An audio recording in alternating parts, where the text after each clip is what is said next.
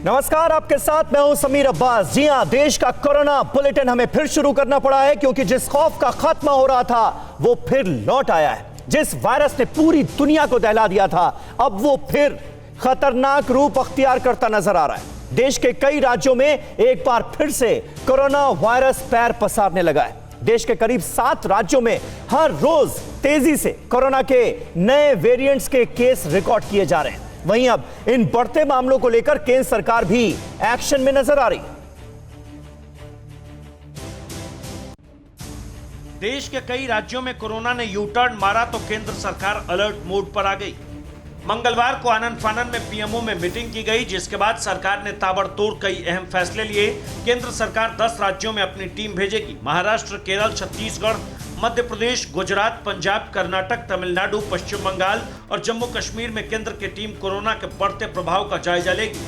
उन कारणों का पता लगाएगी जिससे कोरोना के मामले दोबारा बढ़ रहे हैं। इतना ही नहीं, देश में टीकाकरण को और बढ़ावा देने के लिए बुधवार को सरकार ने कई अहम फैसले लिए। मसलन 60 साल से ऊपर के लोगों को या 45 साल से ऊपर के बीमार व्यक्तियों को मुफ्त में टीका दिया जाएगा। हालांकि मुफ्त में टीकाकरण के लिए उन्हें टीका केंद्रों पर जाना होगा। कि जो 10,000 सरकारी केंद्रों पर जाकर टीका लगवाएंगे, कोई भी हो, सरकारी हॉस्पिटल में मुफ्त लगेगा सरकारी केंद्रों पर, और प्राइवेट में जो लेंगे उसका शुल्क देना पड़ेगा। और वहीं महाराष्ट्र के शिरडी में साईं बाबा के दर्शन पर कोरोना का असर देखा जा रहा है। कोरोना की वजह से साईं बाबा के दर्शन का टाइम टेबल बदला गया है। क्या है नया टाइम टेबल, ये हम आपको बता देते हैं। शिरडी साईं बाबा के दर्शन का वक्त बदला गया है। सुबह 6 से रात 9 बजे तक ही अब दर्शन होंगे। सुबह की आरती और रात में मंदिर में एंट्री नहीं दी जाएगी। हफ्ते में 3 दिन पास काउंटर बंद रहेंगे। रविवार, शनिवार, गुरुवार और छुट्टियों के दिन ऑनलाइन पास जारी किए जाएंगे। हर गुरुवार को साईं पालकी बंद कर दी गई है। यह भी एक बड़ा फैसला लिया गया है। एक दिन में 15,000 भक्तों को एंट्री दी जाएगी। रोजाना 150 से 200 भक्तों का कोरोना टेस्ट कराया जाएगा और उसके बाद उनकी रिपोर्ट आने के बाद ही उन्हें इजाजत दी जाएगी मंदिर में दर्शन के लिए। तो ये तमाम एहतियाती कदम उठाए गए हैं। वहीं महाराष्ट्र में कोरोना के बढ़ते नए मामलों के बीच सरकार ने कई ऐसे कदम उठाए हैं जिससे दफ्तरों और सार्वजनिक जगहों पर, पब्लिक प्लेसेस में भीड़ भाड़ को रोका जा सके। पर्सनल डिस्टेंसिंग के जरिए कोरोना को पराजित करने की यह मुहिम कैसी है, इस रिपोर्ट में देखिए।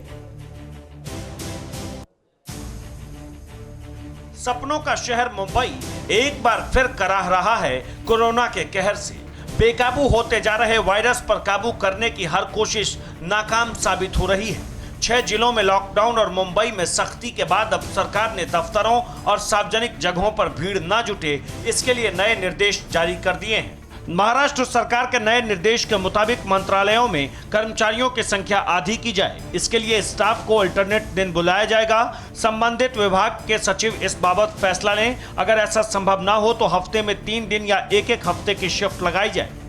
दरअसल महाराष्ट्र के विभिन्न मंत्रालयों में पिछले 8 दिनों में 35 से ज्यादा कर्मचारी पॉजिटिव पाए गए हैं। ये दर और आगे न बढ़े, लिहाजा सरकार ने यह कड़ा फैसला लिया है।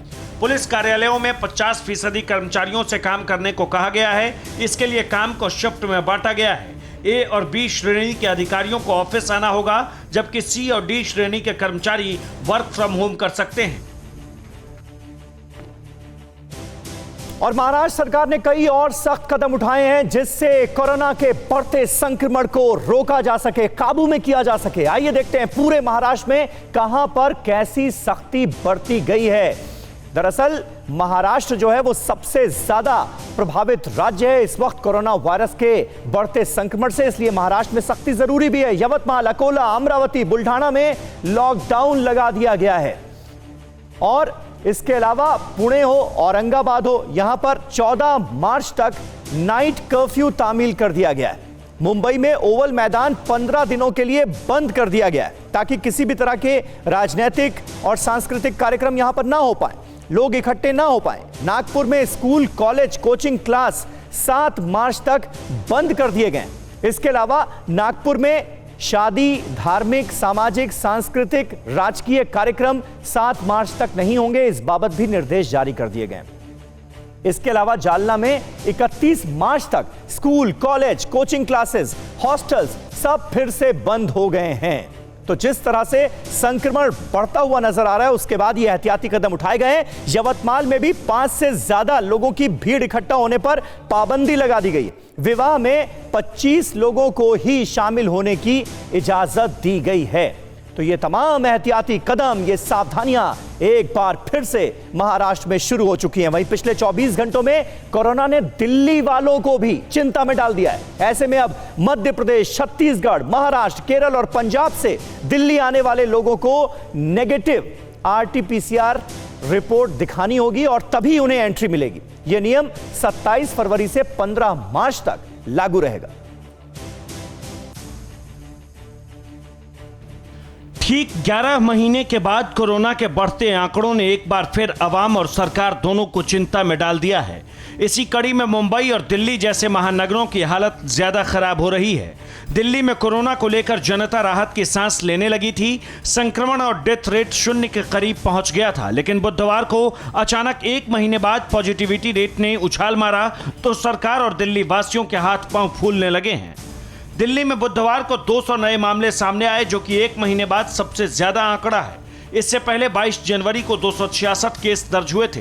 पॉजिटिविटी रेट 0.36% रहा, जबकि 22 जनवरी को यही रेट 0.37% था। दिल्ली में अभी भी 0.17% यानी कि 1137 एक्टिव मरीज हैं। हालांकि 24 घंटे में 115 मरीज ठीक भी हुए। इस दौरान 2 संक्रमितों ने दम तोड़ दिए। अगर कुल आंकड़ों की बात करें तो दिल्ली में अब तक 10,905 लोगों की मौत कोरोना की वजह से हो चुकी है। और देश के कोरोना बुलेटिन में अब दिल्ली की एक तस्वीर आपके सामने रखने की कोशिश करते हैं। आंकड़ों के जरिए आपको बताते हैं कि किस तरह से संक्रमण का खतरा दोबारा बढ़ता हुआ नजर आ रहा है। देश की राजधानी दिल्ली में भी तारीख देखिए, 21 फरवरी 145 नए केसेस सामने आए, 2 लोगों की जान चली गई और 97 लोग ठीक हुए। 21 फरवरी का ये आंकड़ा हमने आपको बताया। 22 फरवरी को 128 नए केसेस, 1 शख्स की मौत, 157 लोग रिकवर हुए। 23 फरवरी को 145 नए केसेस सामने आए संक्रमण के, 2 लोगों की जान गई और 130 लोग अलग अलग अस्पतालों में ठीक होकर अपने घर पहुंचे। 24 फरवरी को यह आंकड़ा 200 तक पहुंच गया है, यानी नया केस संक्रमण का उसकी तादाद में इजाफा हुआ है। 2 लोगों की मौत हुई और 115 लोग रिकवर होकर अपने घर गए। तो ये कुल मिलाकर तस्वीर नजर आ रही है दिल्ली की। अब महाराष्ट्र का जिक्र करते हैं। महाराष्ट्र सबसे ज्यादा प्रभावित राज्य। 21 फरवरी केसेस देखिए, 6,971 केसेस। वैसे महाराष्ट्र बड़ा राज्य भी है, लेकिन फिर भी ये आंकड़े डराने वाले हैं। 35 लोगों की जान गई और ठीक हुए 2,417 मरीज। इसके बाद 22 फरवरी के आंकड़े पर आप नजर डालिए, 5,210 नए मामले सामने आ गए कोरोना संक्रमण के। 18 लोगों की जान गई, 5,035 लोग ठीक हुए, रिकवर हुए, अपने घर पहुंचे। 23 फरवरी को 6,218, एक बार फिर नए केसेस की संख्या में इजाफा नजर आया। 6,218 नए केसेस सामने आए, 51 लोगों की जान ले ली कोरोना ने और 5,869 लोग रिकवर होकर अस्पताल से डिस्चार्ज हुए। वहीं 24 फरवरी को आप देखिए आंकड़ा कहां तक पहुंच गया है, 8,807, तकरीबन 9,000 नए केसेस सामने आ गए और 80 लोगों की जान ले ली एक बार फिर कोरोना वायरस के संक्रमण ने। वहीं 2,772 लोग रिकवर हुए कोरोना से और अब पूरी तरह से स्वस्थ हैं। कुल मिलाकर दिल्ली का आंकड़ा, महाराष्ट्र का आंकड़ा और अब केरल का आंकड़ा हम आपके सामने रखने की कोशिश करते हैं। केरल दूसरा सबसे बड़ा प्रभावित राज्य है आज की तारीख में कोरोना वायरस के संक्रमण से। 21 फरवरी को नए केसेस 4,070 यहां पर सामने आए, 15 लोगों की जान ले ली कोरोना वायरस ने और 4,345 लोग ठीक हुए। अच्छा खासा रिकवरी का भी आंकड़ा है, लेकिन ये जो आंकड़ा है पहला, ये डराने वाला है, परेशान करने वाला है। 22 फरवरी को 2,212 यानी तकरीबन आधे ही नए केस सामने आए, 16 लोगों की जान गई और 5,037 लोग अस्पताल में रिकवर होकर अस्पताल से घर पहुंचे।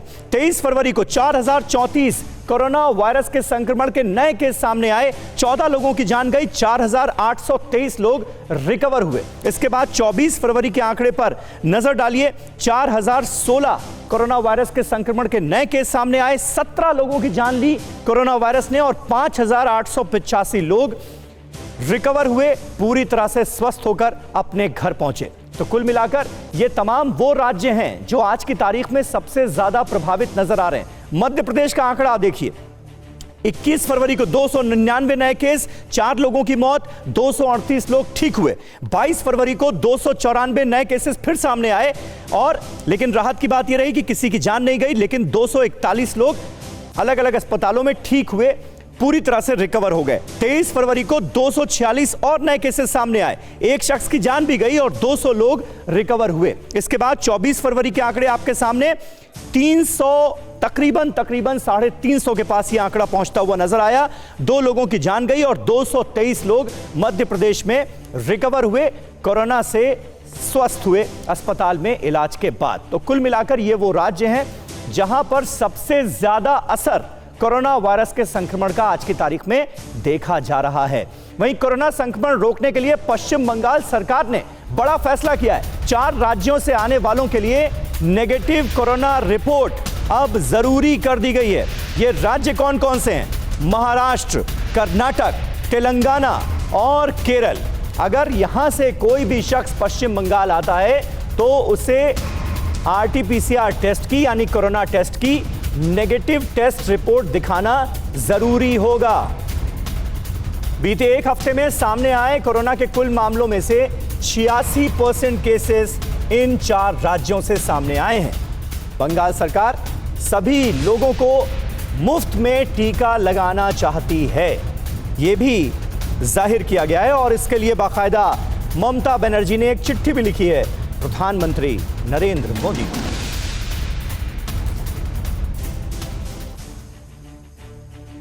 और अमेरिका में अब तक करीब 4.45 करोड़ लोगों को फाइजर या मॉडर्ना के टीके की कम से कम एक खुराक दी जा चुकी है, जबकि 2 करोड़ लोगों को अब तक दूसरी खुराक नहीं मिली है। ऐसे में अमेरिकी कंपनी जॉनसन एंड जॉनसन ने वैक्सीन की कमी को दूर करने के लिए एक खुराक, एक डोज वाली वैक्सीन बनाई है जो असरदार भी साबित हुई है।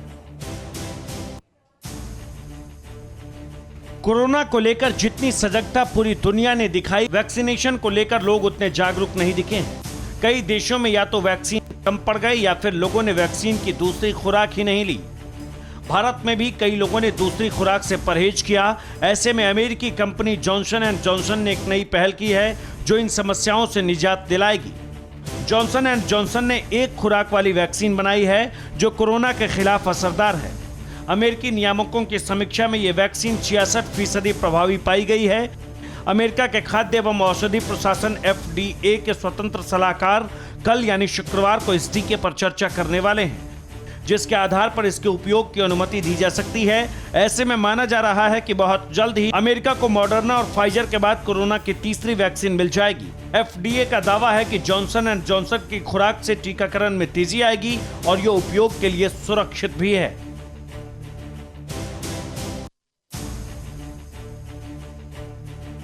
और कोरोना पर अमेरिकी राष्ट्रपति जो बाइडेन की बड़ी पहल इस बीच सामने आई है। अगले 100 दिनों तक सरकार अमेरिका में चलाएगी मास्क अभियान। अमेरिकी जनता में सरकार बांटेगी 2.5 करोड़ मास्क। कोरोना पर काबू की राष्ट्रीय नीति के तहत यह अहम फैसला लिया गया है। अभियान सामुदायिक स्वास्थ्य केंद्र और किचन सेंटर के जरिए अंजाम दिए जाएंगे और मास्क बांटे जाएंगे आम लोगों में। अमेरिका में अगले 100 दिन तक मास्क पहनना जरूरी कर दिया गया है। ट्रंप के शासन के दौरान मास्क पहनने का ऑप्शन था, यानी यह फैसला वैकल्पिक तौर पर लागू किया गया था, लेकिन अब इसे जरूरी कर दिया गया है। और दुनिया में अब तक डबल डोज की कोरोना वैक्सीन आई है, लेकिन बहुत जल्द अमेरिका में सिंगल डोज वैक्सीन आने वाली है, जिसे जॉनसन एंड जॉनसन ने तैयार किया है। अमेरिकी नियामक संस्था ADA की जांच में वैक्सीन सुरक्षित और प्रभावी भी पाई गई। इससे अमेरिका में कोरोना की तीसरी वैक्सीन की मंजूरी का रास्ता साफ हो गया। एक तरफ जहां दुनिया भर में कोरोना का कत्लेआम जारी है, वहीं दूसरी तरफ कोरोना की उत्पत्ति पर सस्पेंस बरकरार है। पिछले महीने चीन गई WHO की टीम ने चीन पर कई आरोप लगाए हैं। विश्व स्वास्थ्य संगठन की एक इंटरनल रिपोर्ट के मुताबिक वुहान में कोरोना वायरस की उत्पत्ति को लेकर चीन की आंतरिक जांच नाकाफी थी, जिसकी विस्तृत रिपोर्ट ना तो चीन ने WHO को बताई और ना ही किसी से शेयर की। अमेरिकी अखबार गार्जियन के मुताबिक चीन सरकार ने WHO की टीम को बहुत कम जानकारी दी, ना कोई डॉक्यूमेंट और ना ही कोई लिखित आंकड़े ही सौंपे। चीन गई WHO की टीम के मुखिया पीटर एम्बर्ग ने अपनी रिपोर्ट में एक खुलासा किया है। हालांकि इससे पहले WHO ने चीन के वुहान लैब में वायरस की उत्पत्ति को लेकर कोई सबूत मिलने से इनकार किया था, जिसके बाद से चीन अमेरिका पर हमलावर रुख अपनाए हुए है। चीन ने अब अमेरिका पर वायरस की उत्पत्ति को लेकर जांच की मांग की थी, लेकिन अब WHO के इस नए खुलासे से एक बार फिर वुहान में वायरस की उत्पत्ति पर सवाल उठने लगे हैं। और न्यू स्ट्रेन वाले कोरोना वायरस की वैक्सीन जल्द ही दुनिया को मिलने वाली है। अमेरिकी दवा कंपनी मॉडर्ना की वैक्सीन ट्रायल के लिए तैयार है। साउथ अफ्रीकी वेरिएंट पर असरदार है मॉडर्ना की ये वैक्सीन। खास बात ये